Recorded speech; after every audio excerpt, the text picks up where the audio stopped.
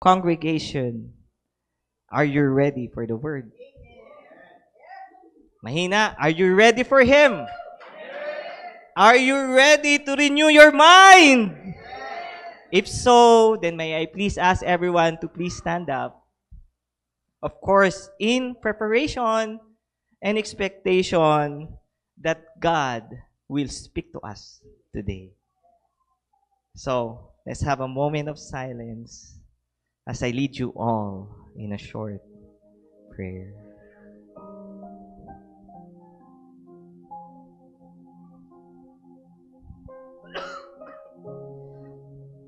O Heavenly Father, we praise and magnify you in this place. And Lord, as we stand in your presence, we want to come in gratitude and in humility. Lord, we thank you for the blessings, for the opportunities, and the experiences that you have given us to our everyday life.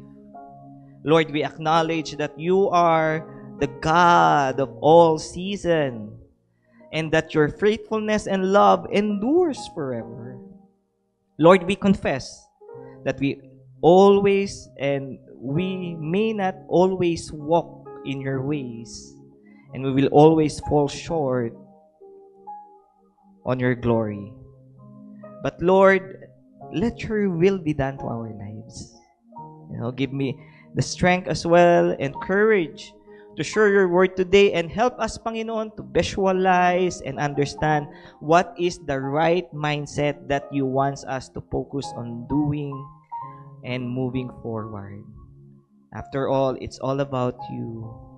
And we want to proclaim you as the Lord of Lords, the King of Kings, the mighty Savior and ruler of everything. In Jesus' name, amen. We can all be seated. And the title of my message today is Understanding the Will of God. Amen. Can we say it again? Sabay-sabay. 1, 2, 3, go. Understanding the will of God. God's will. Or sa Tagalog, uunawain ang kalooban ng Diyos. Amen. So our main verse can be found, of course, in Ephesians 5:17. Therefore, do not be foolish, but understand what the Lord's will is. Amen. So, may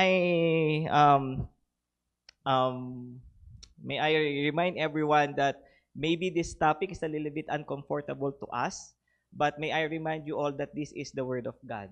Amen? It is not me who is speaking, but He just used me as an avenue to actually give this topic to all of you. Okay lang po ba yun? Palakpakan mo po na natin, Panginoon. Now, ayon po sa Google, pasensya na po, umuubo din ako. Ayon po sa Google, the definition po ng God's will is this. It refers to God's plan, purpose, or desire for something or someone. Okay, ang sabi pa dyan, it is believed that God's will is revealed through the Bible and guided by the principles of love, justice, and righteousness. Amen? So, yun pala yun, ano? So, when we talk about the will of God, or kung ang prayer mo pala sa sarili mo ay nawa ang kalooban ng Diyos ang dapat masunod, you are proclaiming to yourself that God has a plan for you. God has a purpose for you. May plano at ang desire niya nawa dapat ang mangyari sa buhay mo at hindi lang ang gusto mo. Amen? Ha? Ibig sabihin, inaalaw mo. Ha? Inaalaw mo ang Diyos na gamitin ka upang itong purpose na ito, yung plano na ito, at yung desire niya ang mangyari sa buhay mo at hindi nga lang ang gusto mo. Amen? Maliwanag po ba tayo sa terminology? Nagigets naman kasi madali lang naman siya nung tinagalog, di ba? So, pero, ito ngayon ang tanong. So, this is the question by the Lord to us. If I were to ask you today, seriously mga kapatid, Give me at least one will of God to your life that you are following wholeheartedly right now. Sige nga po, magbigay nga tayo kahit isa lang.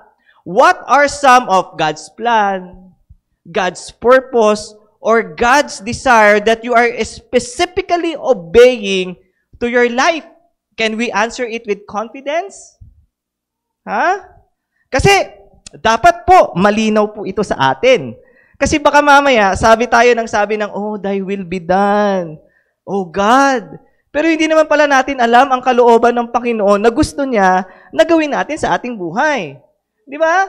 Di ba parang niloloko lang natin ng Diyos niyan? Kasi kung hindi natin alam ang mga kalooban niya sa atin, well, it means baka sinusunod mo pa din ang kagustuhan mo compared doon sa totoong will ni Lord para sa'yo.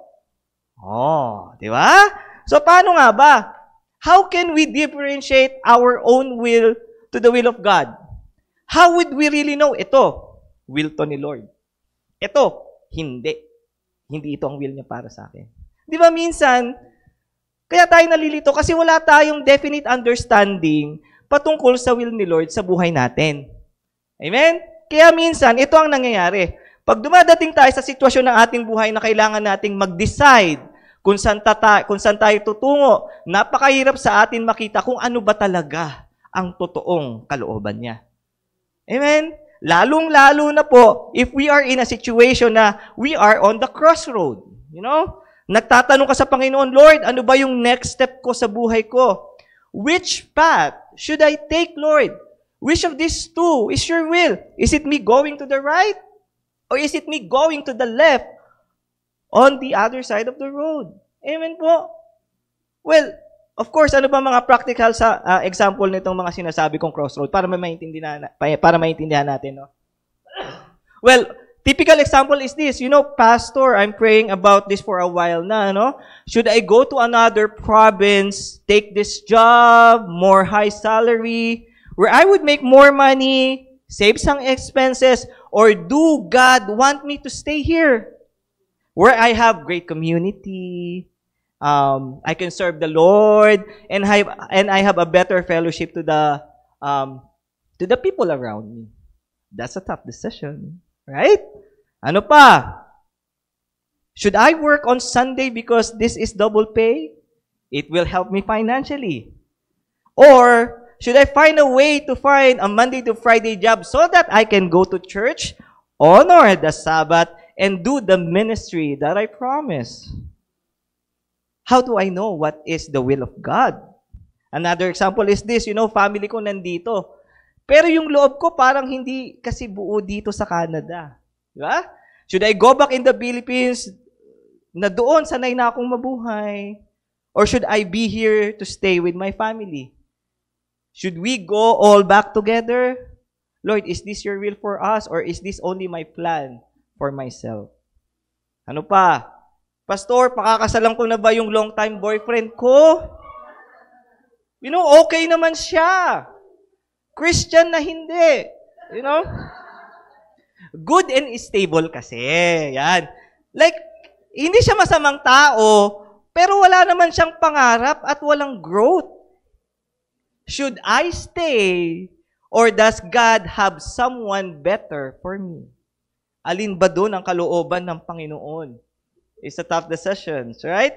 Lastly, ito na lang, one scenario. Ano pa? Should I go to school close by, malapit sa bahay, kaya lang community college lang siya, it's cheaper, or should I go out of town, pastor, go to university, get a better education, pay more money, and after graduation, I can live a much better life, but it would compromise my relationship to God.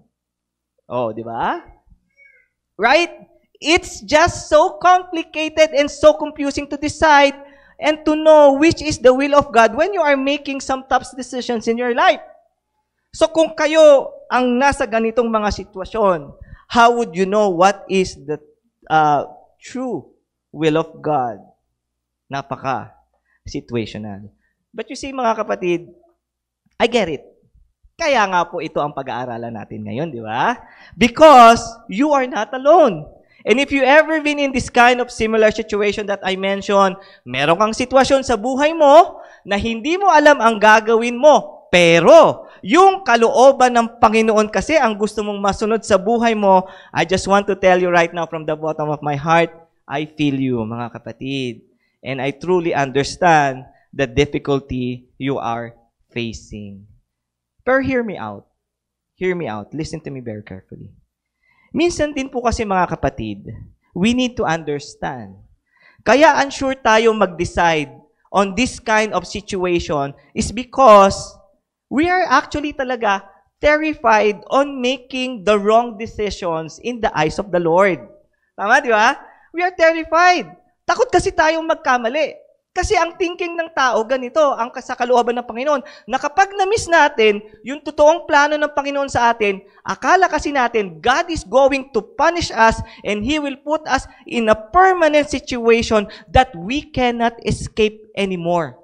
Na ang end up, we can no longer enjoy His blessing and goodness. Magpakailanman. Kasi feeling mo nga, kaya ka nag-suffer ng ganito kasi pinaparusahan ka ng Diyos.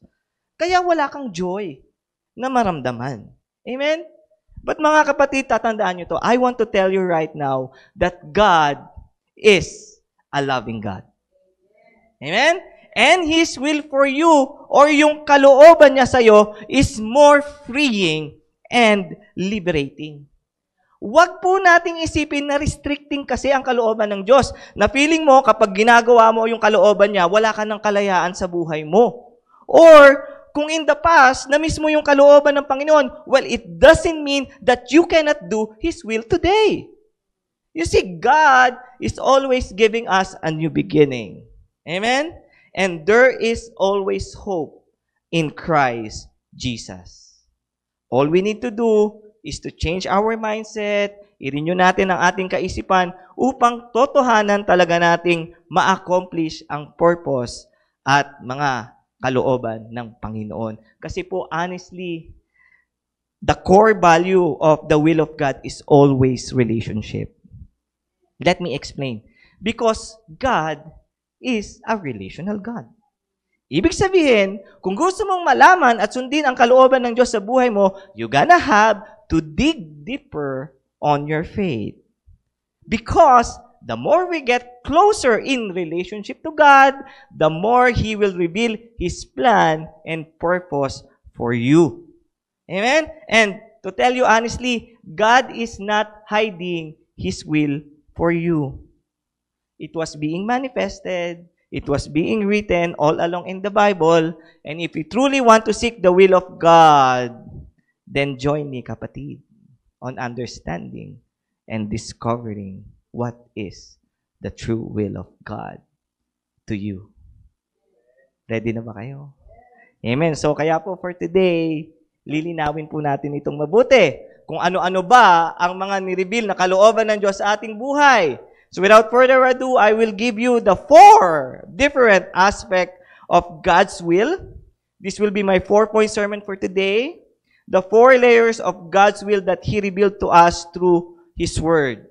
And ang goal ko po today para sa inyo is we gonna have to discover, understand, and know these 4 different aspects of will of God para mas maging klaro talaga sa atin ang tunay na masunod ng natin ang kalooban ng Panginoon. Because, eto kasi yan if we understand His will clearly, of course, it is easy for us to prioritize, decide, and obey the things that He wants us to do. Amen? Tama po?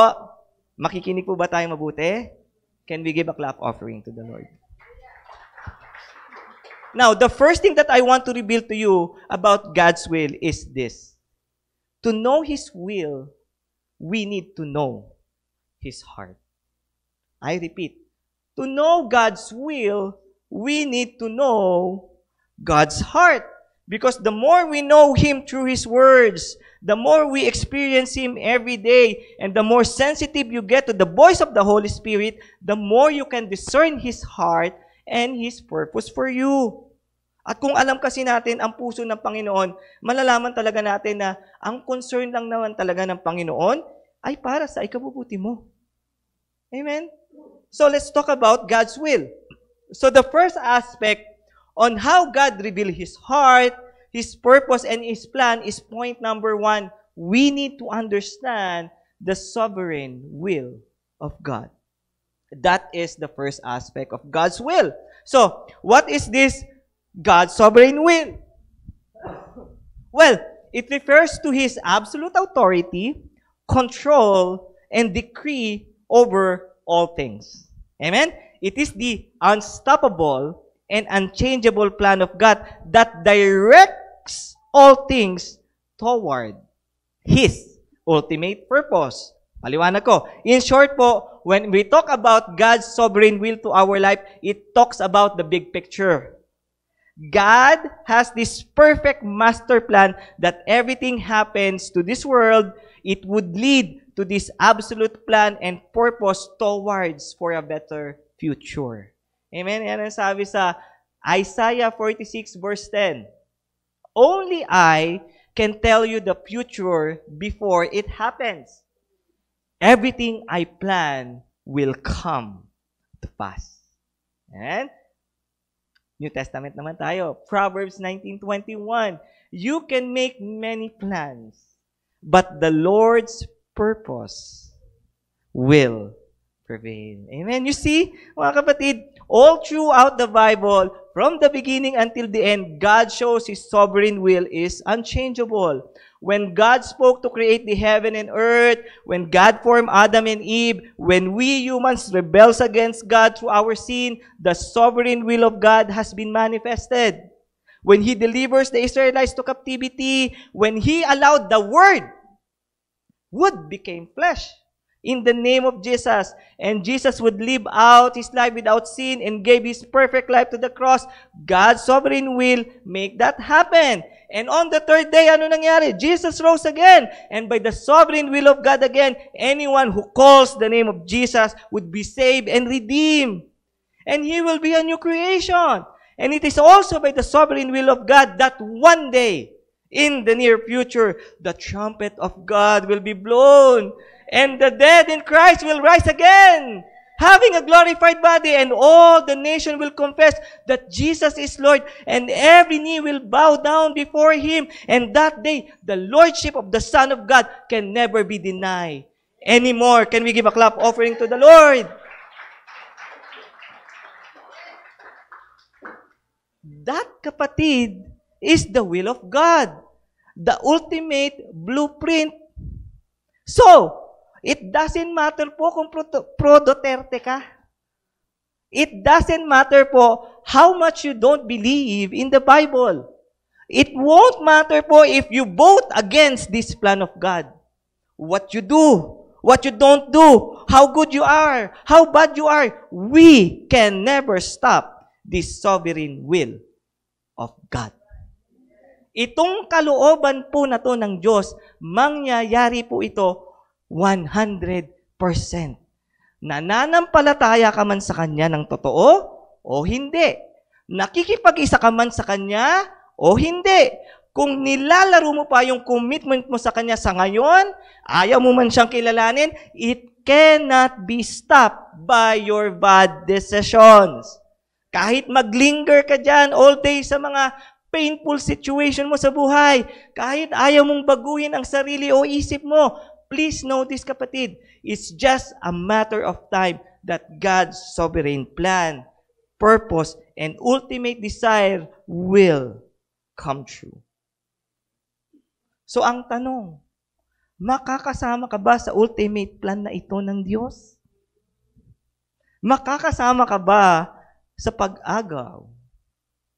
Because it might happen tomorrow. I'm just reminding you. Or the next day.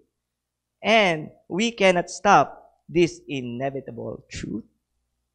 So, today, linawin natin. If you are asking God today, Lord, what is your will for me? Well, of course, ito yun. Believe in our Lord Jesus Christ. Surrender your life to God. Humble yourself to the Lord because you're gonna have to embrace His sovereign will. You see, habang nagpapakita pa po ng awa at nagbibigay pa ng oras ang Diyos sa buhay mo, sundin mo na itong kalooban niya. Don't take chances po in Great Tribulation. If you don't know Great Tribulation, enroll on the next life class. Because you see, only by the grace of God, only by the renewing of our mind in repentance and accepting Jesus in your life as your Lord and Savior, that you will receive this ultimate plan and purpose of eternal life. Maliwanag po. Can we give a clap offering to the Lord? Nagkakaroon po ba tayo ng idea sa kalooban ng Panginoon? It is very plain and simple. And don't ask. It is written in the Bible. Amen? That is point number 1. The first aspect of God's plan, purpose, and His desire is His sovereign will for you. Amen? Next, point number 2, para mabilis tayo, kasi 4 to.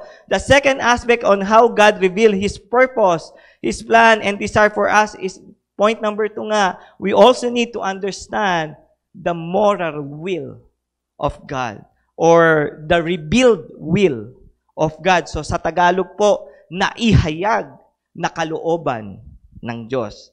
Now, what is this God's moral will or His revealed will? Well, it is the timeless truth that God revealed through His Word for how we live our lives according to His plan, desire, and purpose. It is a living truth, always consistent, and unchanging. Amen? Now, ito naman pong moral or revealed will of God, it pertains naman ito on how God wants us to live our life today.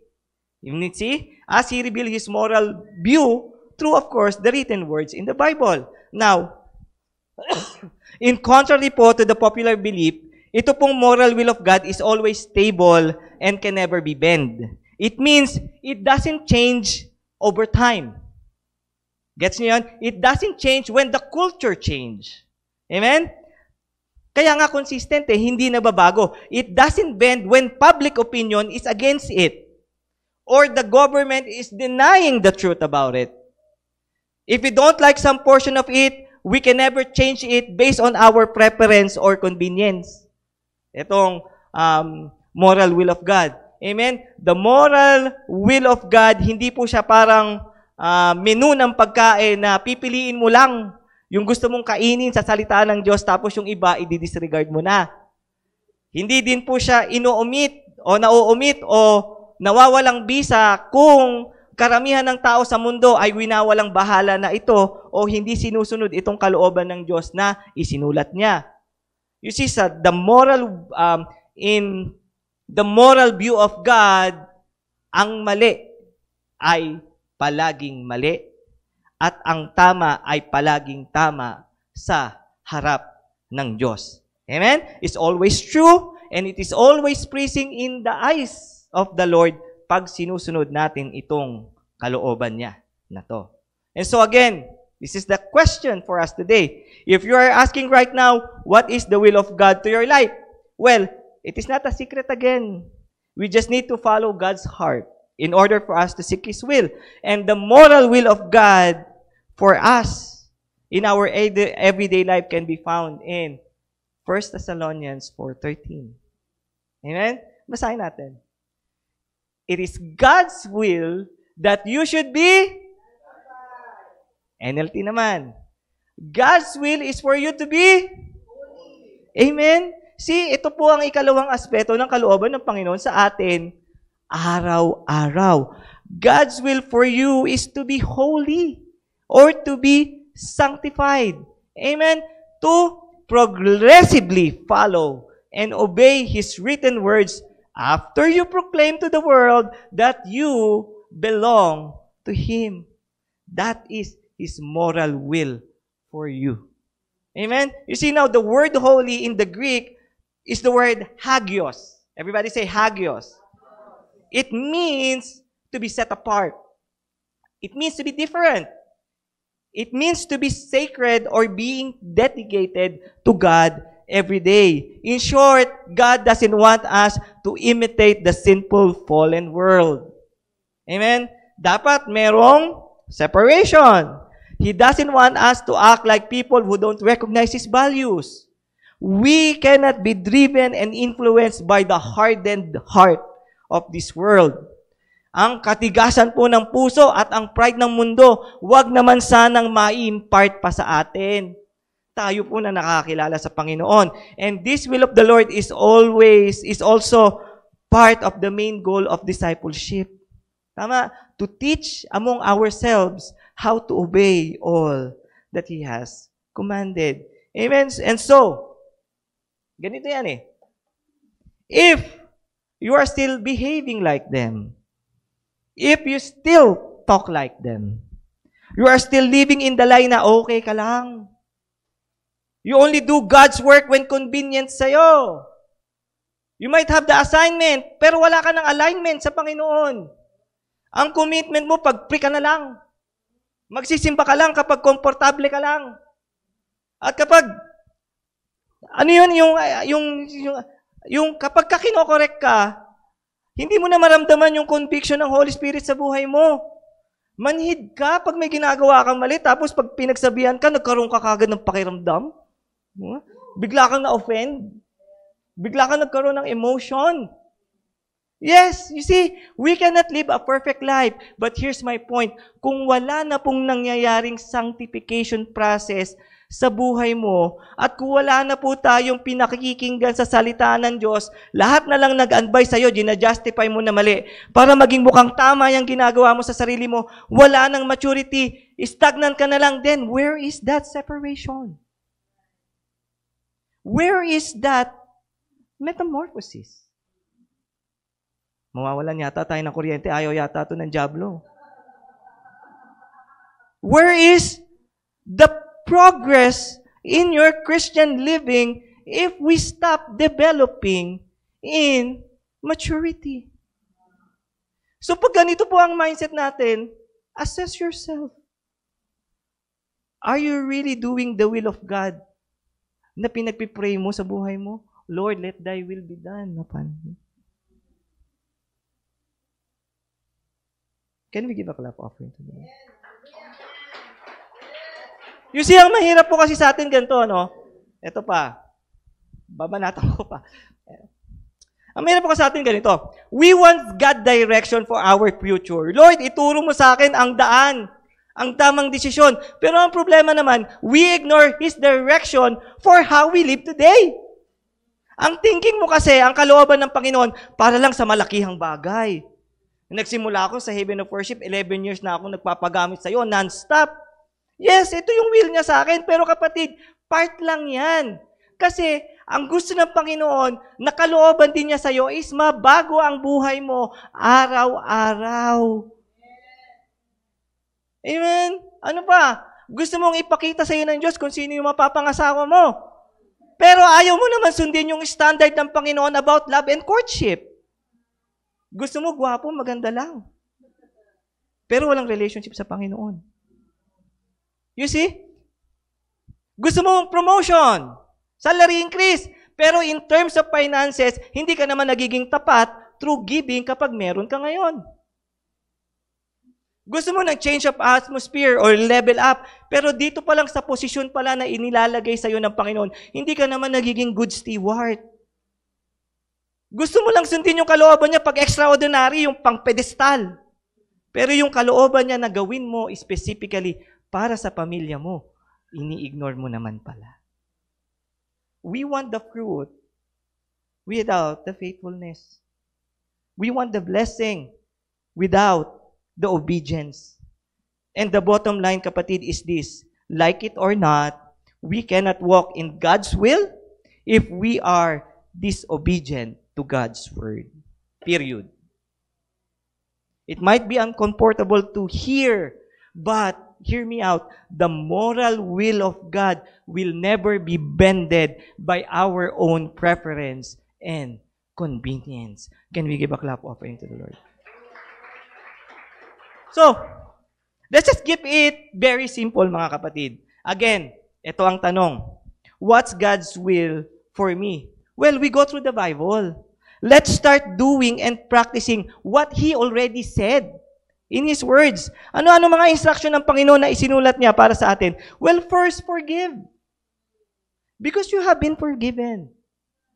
Move on to your life. Move forward. Masyado kasing toxic pag masyado kang maraming issue sa katawan. Tell the truth. Wag mo, sis, okay ka na. Tell the truth even if it would be more convenient to tell a lie. Husband, love your wives. Wives, submit. Children, honor your parents. Amen? Be a living testimony to others. Commit yourself to the Lord. Commit yourself to the assigned task given to you. Kasi promise mo naman yan sa Panginoon eh. Ang ginagawa mo ganito, pinapahiya mo lang ang sarili mo at yung living testimony mo kapag wala kang consistency. Listen to the conviction of the Holy Spirit. Live with honesty and with integrity for Jesus, even though they make fun of you or you don't fit in this corrupted society. You see, these are some of the many instructions, example, and the revelation of God for us to be sanctified. Amen po? Naintindihan? You see, living in God's moral will, kapatid, will never going to be easy. Pero tandaan natin to, it's always going to be worth it. Standing firm in your faith, persevering in every challenges, doing the assigned task given to you with excellence, managing your family well, not on your own preference, but in response to the message and word of God. Maturing in faith, developing the habit of consistency on following Jesus. All of these are the will of God to our everyday life. Huwag po nating isawalang bahala ang mga ito dahil ito po ang totoo at realidad ng kalooban ng Diyos sa atin na gusto mo ngang i-proclaim sa buhay mo. Thy will be done, O Lord. Maliwanag po. Can we give a clap offering to the Lord? Now, what do we have? First is the sovereign will of God. This is God's divine plan for all of us. And He wants you to be part of this ultimate master plan. Number 2, we got God's moral will or His revealed will. This is the living word that tells us how we are supposed to live our life every day, for us to be holy, for us to be ready, and to progress in maturity in the image of God. Amen po? And now, moving on, point number 3. The third aspect on how God revealed His purpose, His plan, and desire for us is number 3. We also need to understand the permissive will of God. Ano naman to? Now, the permissive will of God refers to God's permission for certain events or action to occur even though they may not align with His perfect or ideal will. This permissive will acknowledges that God's sovereignty doesn't necessarily mean He actively causes everything, but rather, He permits certain things to happen, often due to human choices or circumstances. Okay? Para mas maintindihan natin siya mabuti, ganito yan. In short, God's permissive will is the freedom that God gives to us to make choices even if our choices are not perfect and good. Okay? Permissive will of God is the freedom that God gives us to make choices even if our choices are not perfect and good. Amen? Yes, it is important to understand that, of course, God's sovereign will, He is directing, facilitating everything towards His ultimate goal. Yes, He has a God's moral will, that there is a standard of daily living, but I want to clarify to you that our God is not controlling. Okay? He is not forcing you to do His will. So meaning, God is good. Because hindi niya inalis sa'yo o bagkus ibinigay niya sa'yo ang kalayaan na mag-decide ka kung susundin mo ba ang kalooban niya na inireveal niya sa buhay mo. Because technically, God kasi siya eh. God is so powerful. Kung tutuusin, pwede naman talaga niyang i-impose. Pwede naman talaga niyang puwersahin na mahalin natin siya o ipasunod tayo sa kung anong tamang gawin. But take note po, kung ginawa ba yun ng Diyos, does it considered love at all? Does it considered relationship at all? Well, of course, hindi na po. Kasi puwersahan na nga ibinigay sa iyo eh. So yes, God wants to be loved because He loves you. And the evidence is His love is all through the Bible. It was being manifested through the saving grace of our Lord Jesus Christ. But the decision is still in your hands. It is permissive. He allows you to choose, but not obligatory. It is up to you if you want to love the Lord your God with all your heart, mind, soul, and strength, or sadly, if you only want to choose to love yourself. See, 2 Timothy 3, 1 and 2, but mark this, there will be terrible times in the last days. People will be lovers of themselves, lovers of money, boastful, proud, abusive, disobedient to their parents, ungrateful, unholy. O diba? This verse shows that God knows what will going to happen. Nangyayari na po ba ito sa panahon natin ngayon? You see, a lot of people today focus on themselves and forget God. They will say to themselves, I want to do my own thing. You know, I don't want to obey God. I have the freedom to live according to the truth that sets me free. Amen? Ito ang palaging sabi ng mundo eh. If it feels good, do it. Di ba? It's nobody's business. Di ba? Kasi ang justification, you're not hurting anybody. Tama? So, you can do whatever you desire, but no po, hindi po. Although po, God allowed and gave His permissive will to all of us, let's just be very be clear. Yes, He give us permission to decide, but not everything we desire or not everything we choose is beneficial to our life. Not just to our lives, to other people as well. Tandaan nyo ito, every self-centered choice, decision, and desire on your part, it will always affect others, not just your life. Ayan po ang bilin ni Paul eh. 1 Corinthians 6:12. I have the right to do anything. You see, that is the permissive will of God. You say, but not everything is beneficial. I have the right to do anything, but I will not be mastered by anything. You see, yes, binigyan ka ng free will, but hindi po lahat ng gusto mong mangyari ay magiging beneficial talaga sa'yo. Kasi po, tayo bilang tao, we don't always choose wisely. Tama? Gusto natin ng pagbabago, pero boto pa rin tayo ng boto sa dati namang nangungurap. We don't choose wisely. Tama po, di ba? You see, and that's one of the many reasons why there's so much pain in this world. You see, in fact, this is the very reason why some of us are hurting today.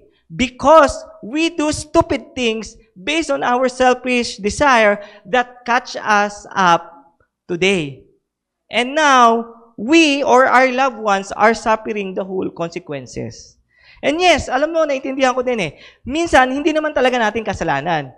Because other people can also do bad and sinful things that impact our lives.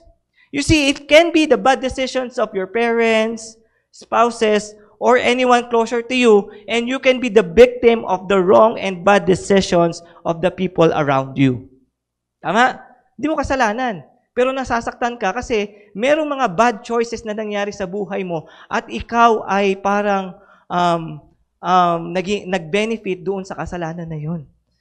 There is sin and brokenness to this world because of the freedom to do wrong things. Kaya we end up experiencing pain. Nagigas niyo yun? But hear me out, mga kapatid. This is the good news. This is what the Lord wants us to remind today. Yes, you see, He may not directly orchestrate and cause every bad decision that will impact on our lives. Kasi binigyan nga niya tayo ng free will. But that doesn't mean that we are in the outside of God's ability to redeem us from all those suffering. You see, yes, God may allow it to happen. Those painful situation. You may not like it. I may not like it. Nasaktan ako eh. Pwede mong sabihin, byproduct lang naman ako sa kasalanan ng iba. But, if you allow God to activate His permissive will for your life, inalaw mo yung freedom mo na ibinigay sa iyo ng Diyos para piliin mo siya. Buksan mo ang puso mo para sa Kanya. I-permit mo na mag-enter siya sa buhay mo at mahalin mo siya ng may katapatan, then God could turn your pain away and replace it with peace, satisfaction, joy, and freedom. Can we give a clap offering to the Lord? You see, mga kapatid, this is my life verse. And we know that all things work together for good to those who love God and to those who are called according to His purpose. Amen? You see, the great example of this permissive will of God is always the story of Joseph. You see, his brothers sold him to slavery. Is that God wanted for his life? No. But Joseph's life is the byproduct of the selfishness of his siblings. Ibang tao po ang may gawa ng suffering ni Joseph. But God allowed it to happen. Later in his life, he was falsely accused of rape and put into prison. Again, was that the perfect will of God to his life? Probably not. But God allowed it. And then in prison, this weird series of events happened to his life. He would interpret dreams. Tama? And to cut the story short, he ended up getting promoted to the second in command of all Egypt. Because, hear me out, in spite of everything that happened to him, Joseph chose on his free will to honor God. And then, when his brothers knew who he was, they thought Joseph was going to be mad at them. But here's the good part, mga kapatid. Here is the permissive will of God. Joseph looked at his brothers and said, "But as for you, you meant evil against me, but God meant it for good, in order to bring it about as it is this day to save many people's lives." Can we give a clap offering to the Lord?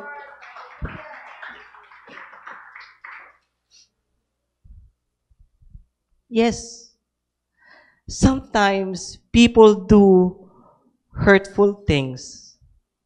Or because of the sin on this world, sometimes you and me are hurt. And even though God didn't cause it, but know that He is still good. He is trying to tell you, kapatid, that you can still experience Him. You can still feel Him. You can still encounter His love, and He can still use your pain for something that would matter to change your life for better. That is the heart of our loving God. Amen? Let us open our hearts, use God's permissive will to always see the goodness in spite the world has the freedom to choose wrong things. Amen? Maliwanag po. I hope God is touching your life today. Can we give a clap offering to the Lord? Now, what do we have? We have God's sovereign will. There's God's moral will or revealed will. And there is, number 3, His permissive will. And now, we are on the last part. Kapit lang tayo. Amen? And the fourth aspect on how God revealed His purpose, His plan is point number 4. Of course, we also need to understand the personal will of God. Amen? I think ito yata yung pinakasikat. Ito yung pinakaalam natin. God's personal will. Now, the personal will of God refers to God's specific, individualized plan and purpose for a person's life. Amen? In short, this is God's unique and specific calling for you. Amen? And it might surprise you, kapatid, but God has an individual plan, purpose, and desire for each and every person. No exemption po. So, ganito yan. Ganito po yan, ha? The moment you receive Jesus in your life and you proclaim His Lordship sa buhay mo, you are making your life in paano ko ba sabihin sa English? You are making it right in the eyes of the Lord. You grow in maturity and faith. Kapatid, hindi po doon natatapos ang kalooban ng Panginoon. It's time to get involved. Amen? That is the next step because there are a specific will of God that only you can do for the glory of His kingdom.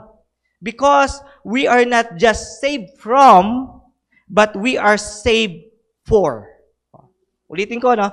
Because we are not just saved from our sins, but we are saved for a purpose. We are not only saved from our sins, but we are also saved for a plan, for a purpose to a life in a way that serves others and honors God. Amen? You see, ayan po sabi, Ephesians 2 verse 10, For we are God's handiwork, created in Christ Jesus to do good works, which God prepared in advance for us to do. You see, the word handiwork, it's in the Greek word it's poema. Can we say poema? It means you are a masterpiece of God. You are a wonderful craft of God created in Christ Jesus. Because again, you are not saved by good works, but you are saved for or doing good works for the glory of His kingdom. Like literally, kapatid, God has a task of good work specifically designed for you na tanging ikaw lang ang makakagawa. Tanging ikaw lang ang makaka-accomplish nito. Kasi ito po ay base sa iyong kakayahan at base sa iyong kapasidad na meron ka ngayon. Kaya nga, specific para sa iyo eh. God's personal will to me is different on God's personal will to you. So wag po nating i-deny sa ating mga sarili na merong specific mission and task na pinapagawa sa atin ngayon ng Panginoon base sa ating kapasidad at base sa ating sirkumstansya sa buhay. Amen? Sige, simplihan natin. You see, some examples of personal will are like praying with the person next to you. Hindi po aksidente na siya ang nakatabi mo. Right? That is one of a personal will of God. Ano pa? It might be sharing your life testimony to others because your living testimony is unique and distinct to yourself. You can give a word of encouragement to someone in need for advice. It might be living a daily and good example for your own kids, for your own spouse. Alam ka naman ako gumawa nun para sa'yo. Ikaw lang po ang makakagawa nun kasi kayo po magkakasama sa bahay. Share your encounter to the love of God. It might be open up a family Bible study Or it might be joining or leading a cell group and keeping the fellowship intact. You see, we can be a channel of blessing so that others can benefit on our good work and can edify the faith of the people around you. Amen? Madami pong task sa gawain ng kaharian ng Diyos, but the laborers are few. Sadly. You see, mga kapatid, we were born and gifted with certain talents, right skill set, a specific character for us to fulfill as a specific role so that when we receive the truth about Jesus in our life, we can be activated. You see, let's have and bring impact and changes in the community you belong to. Amen? Tandaan niyo po ito, kapatid. If God prepared good work for you in advance, then for sure, He will be with you. He would never leave you because you are perfectly designed by Him to meet and handle those things na inihanda na niya para sa iyo. Amen? You see, you can make a difference in the life of someone. Kaya, hear me out. Huwag ninyo pong pigilan na mag-flow at gamitin ka ng Espiritu Santo.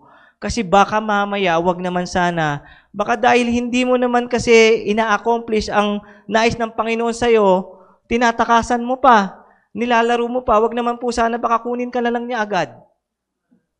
Wala kang balak na gawin yung mission Nabinigay sa'yo So, that's it. Don't take that chance. Again, habang nagbibigay pa po ng grasya ang Panginoon sa buhay mo, huwag mong sayangin yung talent mo na yan. Huwag mong sayangin yung bagay na ibinigay sa iyo, yung character na ibinigay sa iyo ng Panginoon. At kung nasaan ka man ngayon, magpa-equip ka po sa Panginoon. Magpasakop ka sa kalooban niya and let His will truly be manifested to your life. Amen? Can we give a clap offering to the Lord?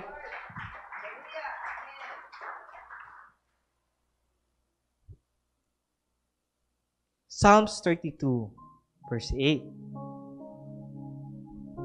Sabi dyan, I will instruct you and teach you in the way you should go. I will guide you with my eye. Ito ang tanong na naman.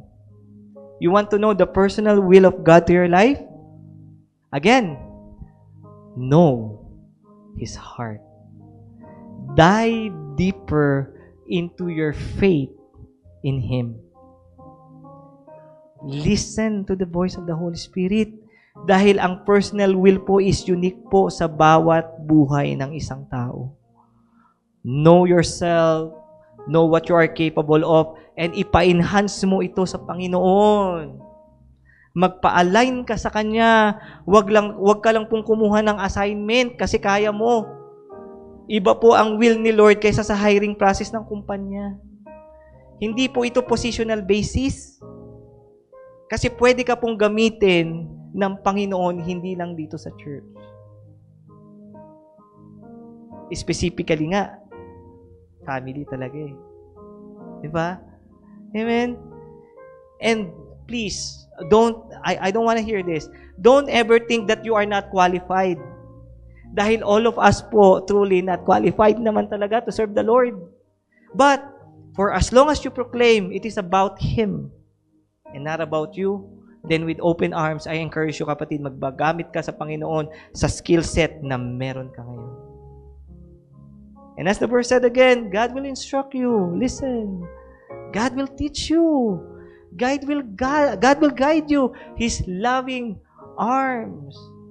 His eyes is on you. You see, serving God is not obligatory, but it would never be wasted as God sees everything that you do. You will reap what you sow in eternity, kapatid. I assure you that. There is a reward waiting for all the servants who are faithful and genuinely do the good work for the Lord. Amen? And ito pa. Lastly, don't overcomplicate the will of God. And don't underestimate His goodness. Amen? So, simplihan pa natin. In application and in summary, make it simple. Simplihan pa natin ang kalooban ng Panginoon para mag-guess ninyong pong mabuti. Let's wrap it up so you can understand more clearly about the will of God. This is what we are going to do. This is my reminder to you. First, we're gonna have to trust the sovereign will of God. Kasi we cannot stop it anyway. Right? Might embrace it. Because God wants you to be part of His sovereign will. Trust that sovereign will. Next, we are going to obey the moral will of God. You see, God is showing us through His written words on how we should live our lives to the fullest. Let us obey His command and be progressively sanctified. We cannot live a perfect life. Yes. But let the power of the Holy Spirit convict you. Touch you. So that you can be a better person. That is the heart of your God. Next, we are going to accept God's permissive will. God He has a perfect plan. He has a moral will. But, you see, pain, He might allow some bad decisions, but know this. It doesn't mean that God has not be able or wala siyang ability to still touch your heart, to still redeem you. He can use your pain for you to be a better person. Amen? And lastly, of course, we are going to walk in the personal will of God. Amen? If you're worried you're missing God's will, let me remind you what the Bible said. He will instruct you. He will teach you. He will counsel you. His loving eyes is upon you. I hope you learned something new today. God bless everyone. And may the will of God be done to our life. Can we give a clap offering to the Lord? And may I call on Bishop Latu for the culmination of my sermon today. Very rich and substantial message. How many of you are blessed today? Amen. Hallelujah. Napakaraming aspeto ng mensahe sa araw na ito. Maaaring there are only certain parts of it that has really touched your heart. But bottom line is, God wants us to be able to do His will for our lives. Amen? How many of you came to church today because you want to know what God's will for your life is? Amen? You see, God created us, as Pastor Dwight said, with a purpose. No one is an accident. There is a purpose why God created you. The question is, are you doing God's purpose in your life? Amen? You see, we have learned today that there are 4 aspects of God's will. Number 1, sovereign will of God. Ibig sabihin, whether you like it or not, God's will prevail. And what is His will? God created the world. God created the people in the world so that these people will get to know who He is and will get to enjoy eternal life with Him. You see, we are living on this earth only for a few years. 60 years, 70, 80. Good for you if you reach 100 years. But that is not just what to life is. God has a bigger purpose, a sovereign purpose and will, and that is for us to live with Him in eternity. And whether you like it or not, there will be an eternal life or eternal death. The question is, which way are you going to? Will you be experiencing eternal life or eternal death? Second, the moral will of God is how we live our life every day, day-to-day basis. Sinusunod ba natin ang kagustuhan ng Panginoon? Paano tayo namumuhay araw-araw? Paano ba mabuhay ang isang Kristiyano? How is a Christian supposed to live every day? God wants us to be able to have an identity, to be distinctive, na iba tayo ang mga Kristiyano. Tawag doon, ang Kristiyano ay, it's evident, halata. Ang Kristiyano ay halata. Alam mo, you know if a person is Christian because he is living the moral will of God in his life. It's evident. It's manifested. You will be able to see if a person is really living under the moral will of God. Kasi nakikita mo every day in his life how that person lives. Now, third, there is that permissive will of God. Ibig sabihin, God has given us the freedom to choose what we want to do with our lives. And many times, we choose the wrong way. We make the wrong decisions, right? And sometimes, we get hurt. We experience bad things. It's not our fault. Probably, namana mo yung kahirapan ng mga magulang mo, kaya ka naghihirap ngayon. It's not your fault. It's probably because of the wrong decisions of other people, na damay lang tayo. And God has permitted that to happen in our lives. But this is what we should know. That even if bad things happen in our lives, God is able to turn it into good. Amen. Nagkasala tayo, nagkamali tayo, kasi matigas ang ulo natin. But that's not the end of the road for us. God turns whatever is evil, whatever is bad, into good things. Amen. Hallelujah. Praise the Lord. You know, sometimes, nung bata ako, nung kabataan ko, nagluko ako, nagkaroon ng produkto. Okay, maybe some of common stories is nabuntis sa pagkadalaga, nagkaroon ng anak na hindi inaasahan, nagkamali. Pero how is God going to turn out into something good? Hindi mo alam, gagamitin pala ng Panginoon yung batang yun into being something great. Amen, hallelujah. Praise the Lord. So merong good side sa mga bad side of things dahil gagawin at aayusin yun ng Panginoon. And then lastly, what is God's personal will for your life? Kayo lang ang nakakaalam kung ano yun. Ano yung design ng Panginoon sa buhay mo? And you see, all of us have families, right? What is your role in your family? Are you a wife? Are you a husband? Are you a parent? Are you a child? Are you a sibling? Inside your families, what is your role? What is your specific purpose in your families? Nagagampanan ba natin? Are we able to accomplish that purpose that God has assigned for us? Today, as we bow down our heads, close our eyes, let our prayer be, Lord, may your kingdom come and may your will be done in my life.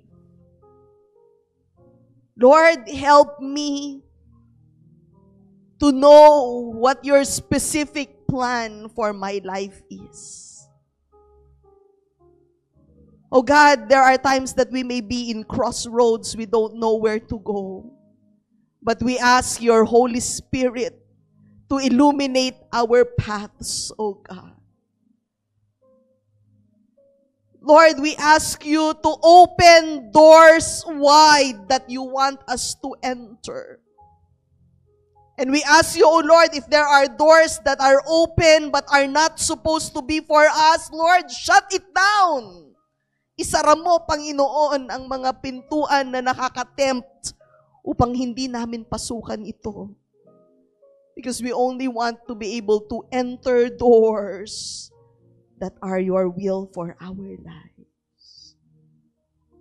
Oh God, right now we may be in different situations. Personally, each one are facing different circumstances, Panginoon. But Lord, we thank you that you know each one of us. From the top of our heads to the sole of our feet, you know us, O God. You know even the very numbers of our hair. You said, O God, that even before we were formed in our mother's womb, you knew us. And you have already appointed us, O God, for a specific purpose. Lord, gamitin mo kami para sa purpose na yan, Panginoon. And O Lord, we just thank you, O God, for continuously giving us the chance to live. Lord, tunay na every gising is a blessing. Salamat na hanggang ngayon, humihinga pa kami. Buhay pa kami. You're still giving us the chance to be able to live our lives on this earth. And O Lord, our prayer for the remainder of our days, sa nalalabi pang mga oras ng buhay namin, Panginoon, nawa ay magampanan namin ang kagustuhan mo sa aming buhay. Shall we all stand in our feet?